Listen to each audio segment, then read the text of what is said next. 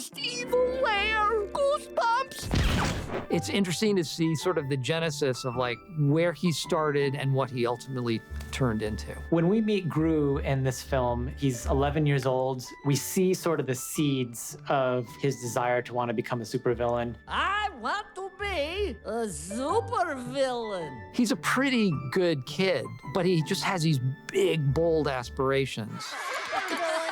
All he wants is to belong to something.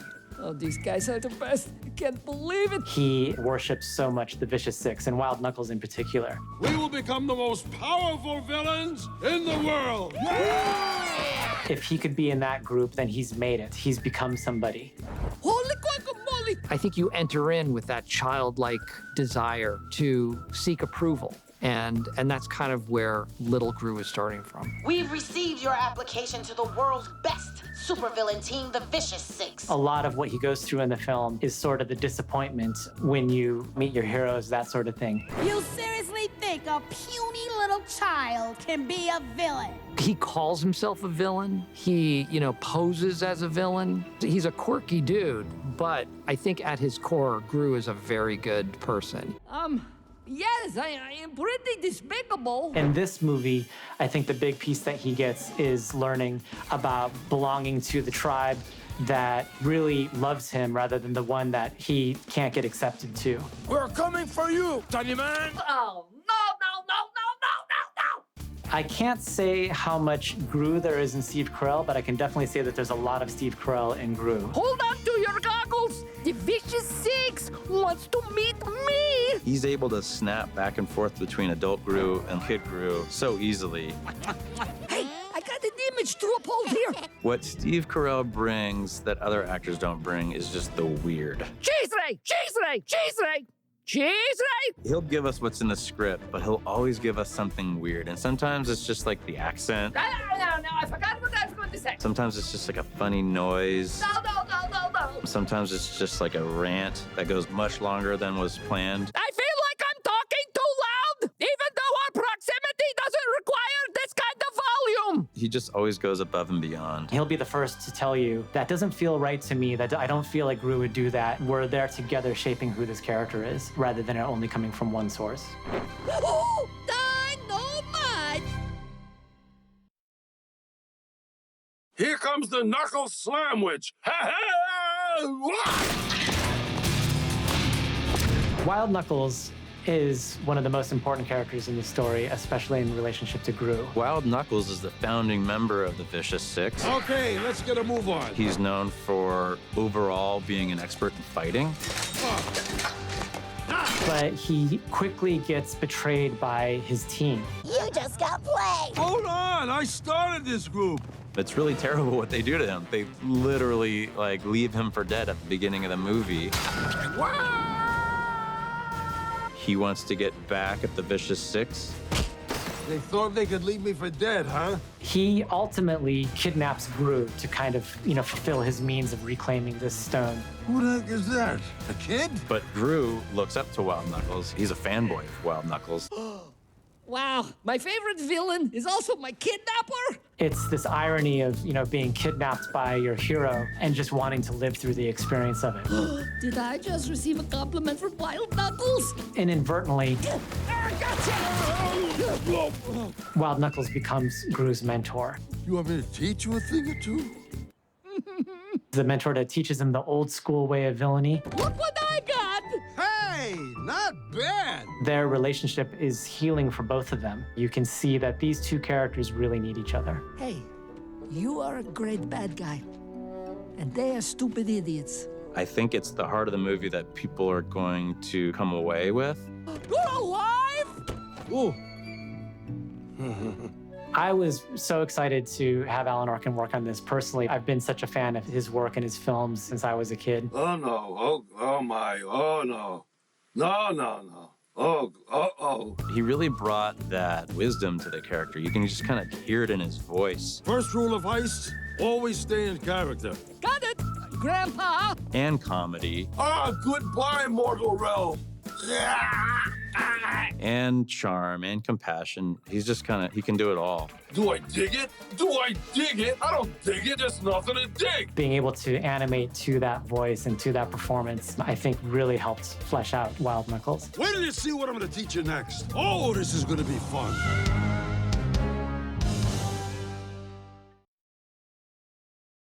Take us home, sister.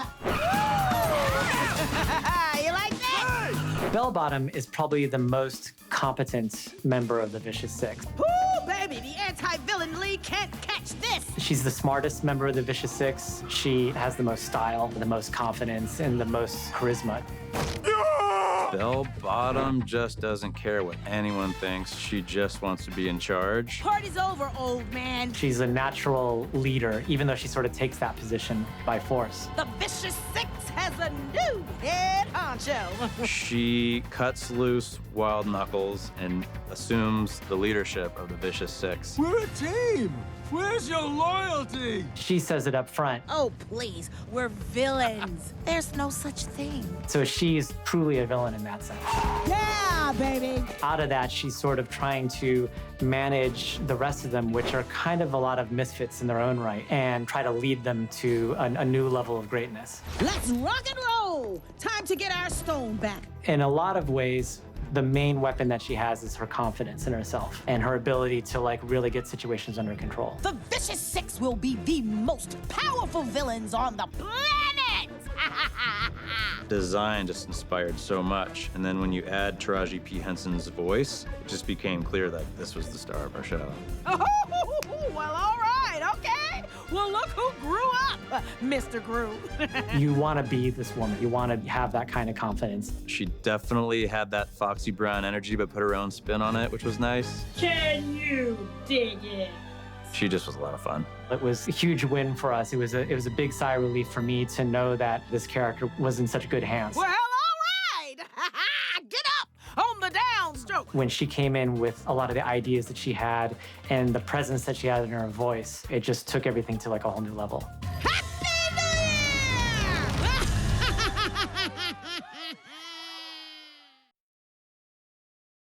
Year! Find your inner beast.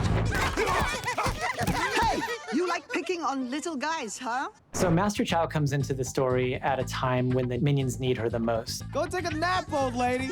Old lady? She rescues them through an incredible display of martial arts skill. Master Chow is really just who the minions needed at that time. She just has so much experience and so much skill. And the minions really instantly recognize that this is what they need to save Gru. They need her to become their mentor, to teach them the skills that she has. Get lost! The only character who actually is legitimately good at martial arts is Master Chow. However, Master Chow doesn't really want anything to do with that. You get a sense really early on that she is content with her life as a healer. You can thank me by going away. They prove themselves actually not even to be anything other than really cute. They look at her with the puppy dog eyes. Master Chow, she's really tough, but she has a real sincere sense of heart. Even the smallest of us are capable of great things. She loves the minions. She wants them to succeed, and she knows how much is at stake. You just dig down deep. Find your inner beast. If she's going to send them out, to fight these kung fu battles, they better know what they're up against. And Having Michelle Yeoh voice this character was extremely important to get both of those qualities in her character across. rest up. Tomorrow's going to be even worse. She's a legend. She's just so good at so many different things. Stop this kick!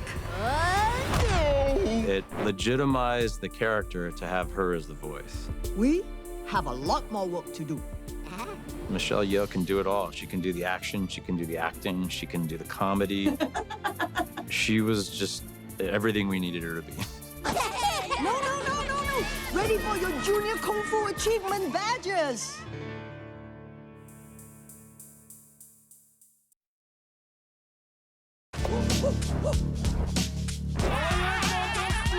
definitely wanted to cast action stars for the Vicious Six, Let's rock and roll! and they did not hold back. We had Jean-Claude's design before we even had the idea to cast Jean-Claude Van Damme. It was like right in front of us. It's time for the next generation. The main skill resides in this really impressive lobster claw that he has. And we thought, what if this thing also has some real power to it? We're coming for you, Tony Man. Jean-Claude Van Damme took the role very seriously. He really poured himself into it. I'm embarrassed for you. He was down to scream and yell and do whatever we needed. He would physically just move around a lot and just really work himself into a sweat. You are cracking me up. Because that's, of course, what Jean-Claude Van Damme does. So Nunchuck is one of the funnier of the Vicious Six villains. We really started with a play on words of nunchuck. Nunchuck? I mean, it's so simple. I don't know how it hasn't been done before. I think my favorite moment for her is after the Tupperware party scene when she just sort of levitates into the air. It just was such a fun gag that just came in the performance. Lucy Lawless just went in there and unleashed. Hallelujah! She thought it was hilarious that she was playing a nun. Again, it's like so opposite of like what she would normally do. I got him! But she got to scream and yell and fight, so she was perfect for it. Stronghold is the kind of tank character that's voiced by Danny Trejo. Go get him! I mean, who's cooler than Danny Trejo? Thought I'd throw that in there, okay? We kind of just leaned into strength. Which way did he go? I think one of my favorite moments for Stronghold is as he's smashing things, he has the need to tell you, Stronghold! Stronghold! He made the catchphrase of Stronghold. That was Danny Trejo's idea. I got this. Vengeance is personally one of my favorite members of the Vicious Six. A roller derby inspired villain. Skill and ambition with something really silly. You take a really menacing looking villain and put him on roller skates. When you make the decision to have 90s action heroes, you have to have Dolph Lundgren. Let's rock and roll! He's so intimidating in Rocky IV. I spent my entire childhood watching that movie. When I was directing him, I would get scared. I must break you. But he is so nice and so funny in real life. Yeah, okay. But he brought a lot to the character, and he was not shy. Let's hit it! It gives you that old soul brother number one. You feel me? The biker dude is really important for Otto's story. We always knew that we needed Otto to go on a separate journey.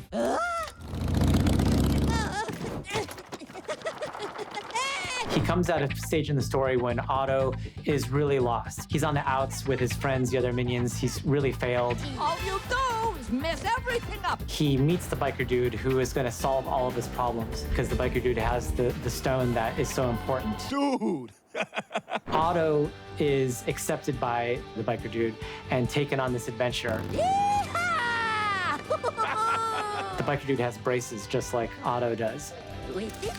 Otto feels like if this guy has braces and he's as cool as he is, then having braces is pretty cool. So finding ways for him to accept parts of himself because he's seeing them mirrored in somebody he admires as much as he does. My favorite moment with the biker is actually at the end when he drops Otto off in Chinatown and they're gonna say goodbye. It's been one heck of a ride, little man. And you really get the feeling that Otto's made just as much of an impression on him as he has made on Otto. These guys truly are buddies. So, brother, good luck! You know, Illumination has a tendency to cast like unexpected voice actors. It was a very unexpected and brilliant idea to cast RZA. Hey, little man. Thought we lost you there for a minute. Hey, chill. I mean, what RZA brings to the character is just this sense of cool Oh, good. Thank you. Thank you. and this real chill vibe about the character. San Francisco! It gotta be a lucky day. But he's just a cool dude. I mean, Wu-Tang Clan, like RZA. Kung Fu and Wu-Tang Clan are synonymous with each other. Even aside from doing the voices of this character, he also lent so much to the musical signature of the kung fu scenes in the movie. Everything that he says, everything that comes out of his mouth makes this character feel like a person you want to spend time with and be with. There you go. Breathe. Slowly, brother. Breathe. You got to get that rhythm in you. It's a small part, but he came in, he knew exactly what he wanted to do with it, and he was a blast. I am digging your style.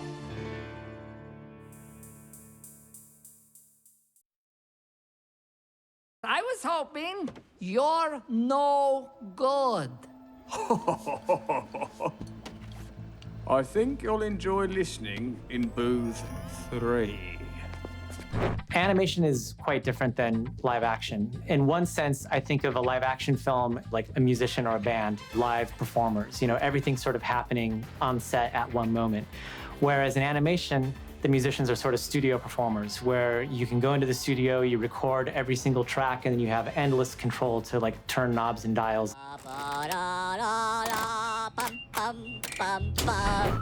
Concept art, and even specifically a lot of the concept art done by Yeoh, drives a lot of the storytelling. We'll have an idea, we'll be working with the writer in terms of like where we want to go in the direction of the film, and Eric can draw in one image 5 or 6 of the story points. This is fantastic! He's not just like drawing a character, he's drawing the character, but he's drawing a context, he's drawing an idea, he's drawing a concept. Give you a sense of where the character is at that particular point in their arc. And so you see how characters are reacting to that moment, and that's an infinite source of inspiration for us. The writer can be looking at that one image, and a whole scene can come into their imagination.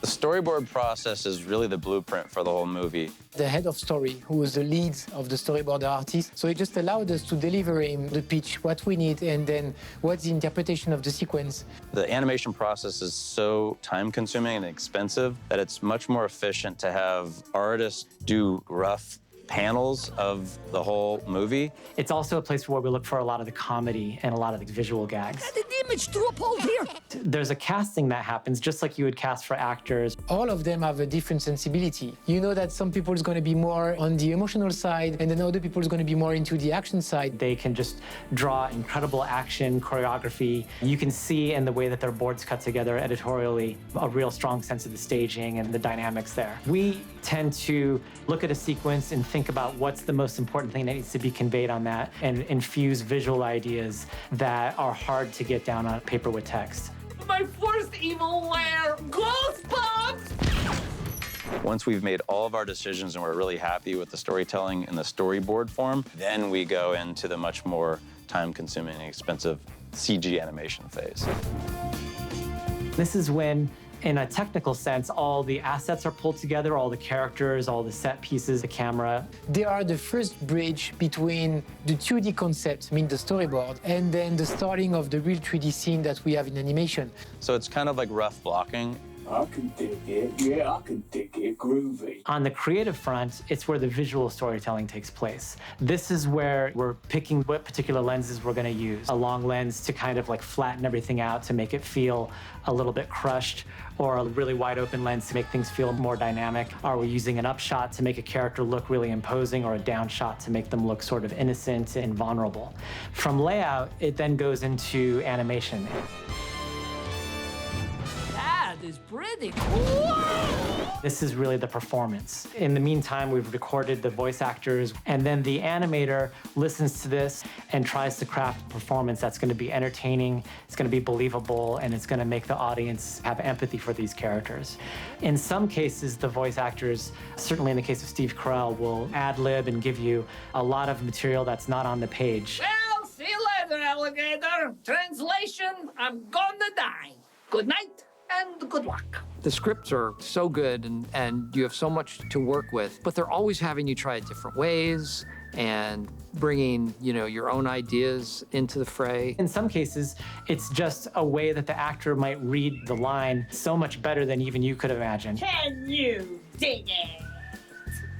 When they surprise us and do something unexpected, often that'll find its way into the animation performance. When you are an animator and when you're listening to those voices, this is the base of the inspiration of how you're gonna represent the movement and how you're gonna represent the emotion. Alan, I'm coming for you! One thing that an animator is looking for is the subtext, the things that the character is not saying. And how do you get a particular texture of the way that they say a word if they're pretending to be happy, for example?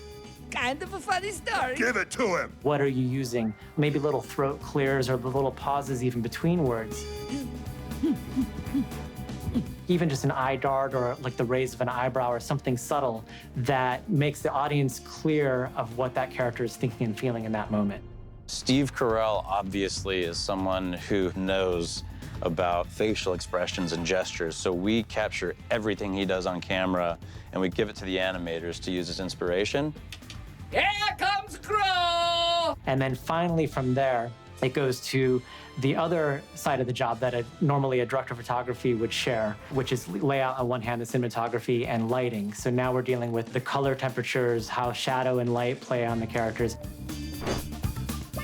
We're just trying to search for a specific feeling into the picture. How can you drive emotion with light? Getting all the textures of the characters, the fabrics of the clothing that they're wearing.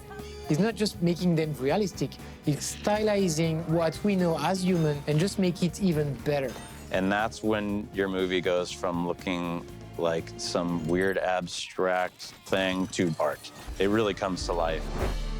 Finally, all that gets put all together. The dialogue, the music is written, all the sound effects, it's all mixed into the film. And at the end, you have the result that you see on screen.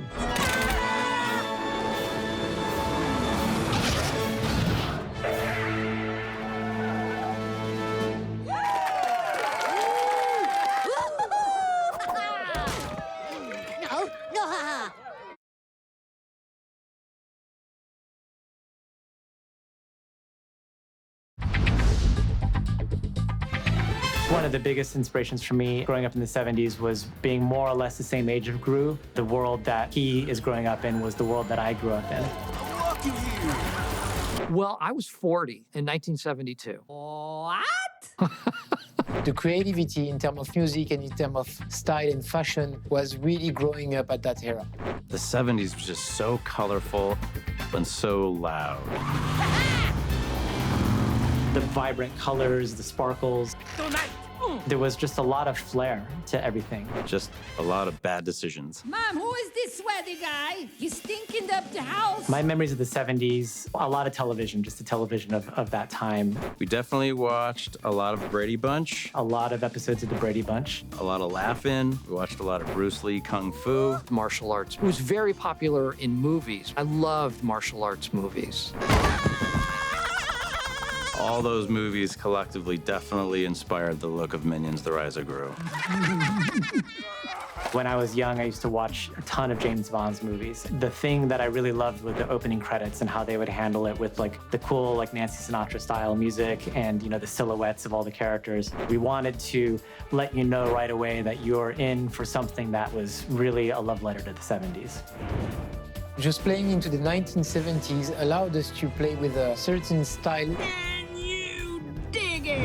The hairstyles, the bell bottoms. Yeah, lots of plaid. Breaking news! Remember, I had one really cool pair of bell bottoms, That's worth all the money in the world. and they were bell bottoms. They were difficult to walk in. Yeah, fashion for me in the 70s, I can't really say was my choice because I was pretty young. I was like 8 or 9 years old. I think it involved a lot of corduroy and a kind of bowl-shaped haircut. Ooh la la. I was just a baby, so I barely remember. But from my photos, definitely a lot of big hair. My hair kind of didn't grow this way very well. It kind of grew out. Little Lord Fauntleroy thing going on. That's the crazy thing about fashion is at one point these were considered really cool. And then they started to become bad fashion, but so many of them are coming back again now that, I'm just confused. Holy guacamole! Where can we listen? Where can we listen? And at that era, music was everywhere. We're lucky that we actually got Diana Ross to do our song. I have a couple of brothers, and they had very different sensibilities for music. I think you'll enjoy listening in booth 3.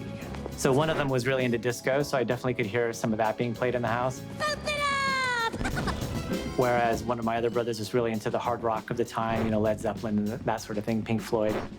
Oh no, no les poupons. I was really benefiting a lot from the wide spectrum of musical tastes that happen in my household. Oh, look at you. Frampton comes alive. Nice choice. I call it sticky fingers or smart goo. Yo-yos became a huge thing. Everybody got a Duncan yo-yo. One of the toys that I liked a lot back in the day was a Stretch Armstrong, you know, where you'd like pull his arms. You kind of had to get the right one. You couldn't get an off-brand yo-yo. If your parents got you an off-brand, this is so uncool. And then Legos, but you know, those are timeless. I got okay. I wasn't a yo-yo master. Hey! Those are not for you. Food for me in the 70s. There was a lot of Jell-O casseroles for some reason.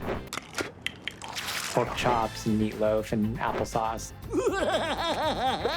Peanut butter and jelly sandwiches, but again, that's pretty timeless too. There is a kind of an authenticity in the 70s, and I think it's just like the birth of a lot of things that we are still living with today. The things I'm nostalgic about for the 70s is just how much more of a simple time it was. Yeah. Even just the rotary phones.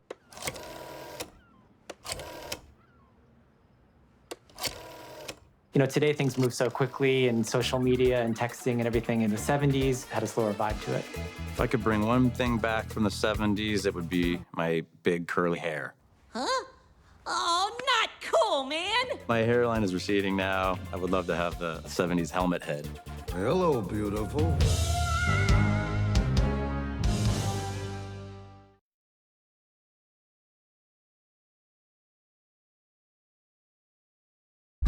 I am a master of the ancient Shaolin art of Kung Fu. The 70s is a very rich decade for Kung Fu films. We're all fans of Bruce Lee and 70s Kung Fu movies. Because in this world and in this environment, martial art was really, really present. The biggest influences in terms of the Kung Fu come through the comedic Kung Fu of Jackie Chan, Stephen Chow, Kung Fu Hustle, Shaolin Soccer. The Belgian five-arm nose pick. These guys are masters of the staging and the choreography of Kung Fu to be both like awe-inspiring in terms of the physics of it, but also really funny. Using these sorts of references really helped inspire us to find the comedic endpoints for the Kung Fu. We have a lot more work to do. It was kind of inevitable that it was going to be a mess. After all, these are minions. They're not going to be able to do Kung Fu in a really impressive and dangerous style. They're going to do it in the Minion style. Kevin.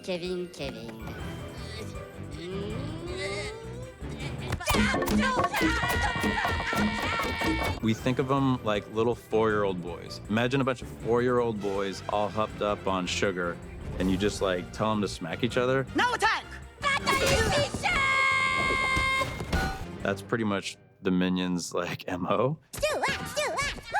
We would give the sequences to our animators just to explore and have fun with. Some of them will get in front of the camera and act things out as much as they're able to if it's something that requires a lot of gymnastics or Kung Fu.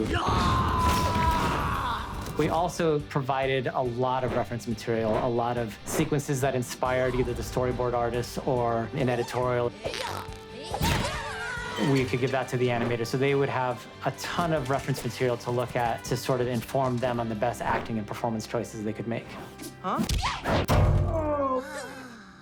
I don't know that any of us on the crew know anything about martial arts, so we went to the local strip mall. Lesson 1, always be prepared. In our first meeting, we asked, how does this work? Like, how can we become Kung Fu masters? And the guy says, well, it takes a lifetime to become a Kung Fu master. And we were like, we have an hour.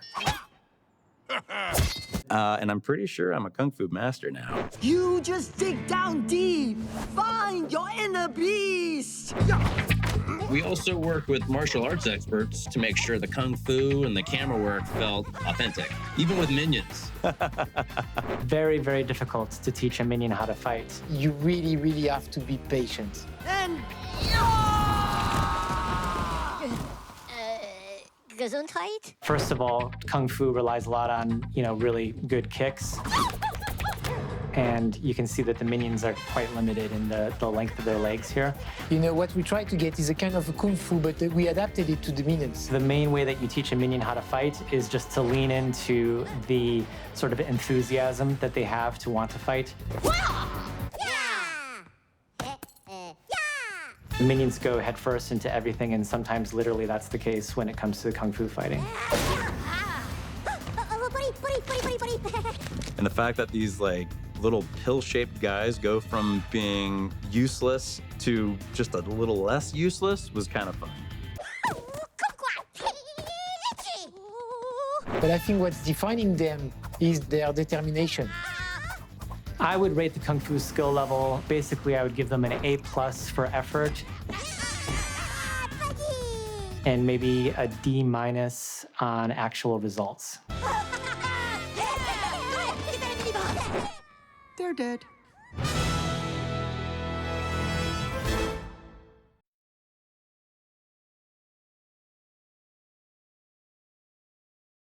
Minions assemble!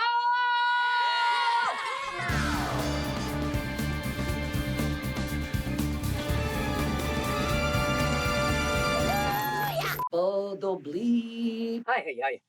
Bobo geep. Keep going. Bodwa da do da dwa. All right. What a sound, you know. You gonna get into some mischief? And okay. I can dig it. Yeah, I can dig it. Groovy. You speak with the poetry of the American road. Who said that? Bang, bang, bang. What? You know I can't understand a word you say. Just keep walking. Let's ride. Dude, you're gonna pull a muscle. I've got an itch. I won't tell you where, but I'm not scratching it. Ooh la la.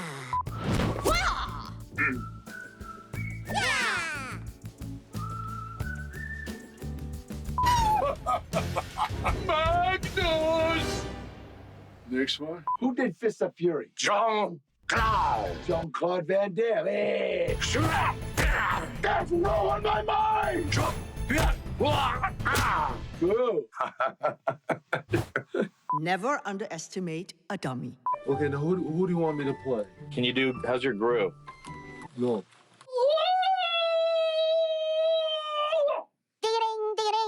I'm amped for that stone. That sounds like Arnold Schwarzenegger. Sorry. Austrian is more down. It's a bit harder like that. Swedish is more kind of a little bit melodic. Like. Do you like a pretzel? I'm good. I had a few before you got here. You did? I did. I thought there were a few less. You crack me up, man. I mean, your friends must love you.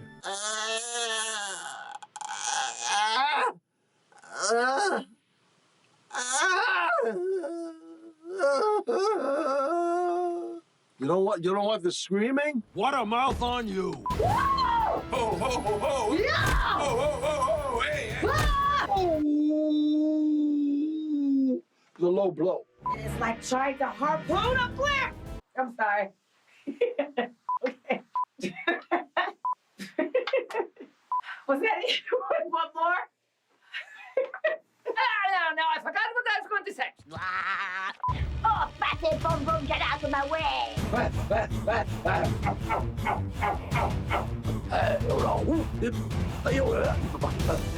at me! I'm jumping! And I'm full of the joy! Close your yapper! Oh. This is always so weird. Thanks, guys. Good, great. Ready to go. Blah, blah, blah.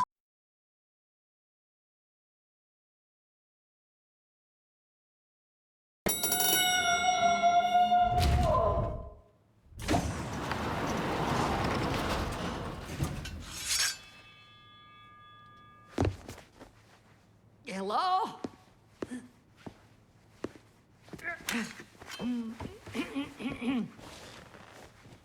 Everybody here for the interview? Me too. So what do you guys got going on later? Are you up to no good? Are you gonna get into some mischief? Okay. What do you drive? I got a jet bike. Send the first one in. They're ready to see you, Mr. Gru. Oh, good. Great. Here we go. That's not the door. I'm going to walk over this way. And oh, here we go.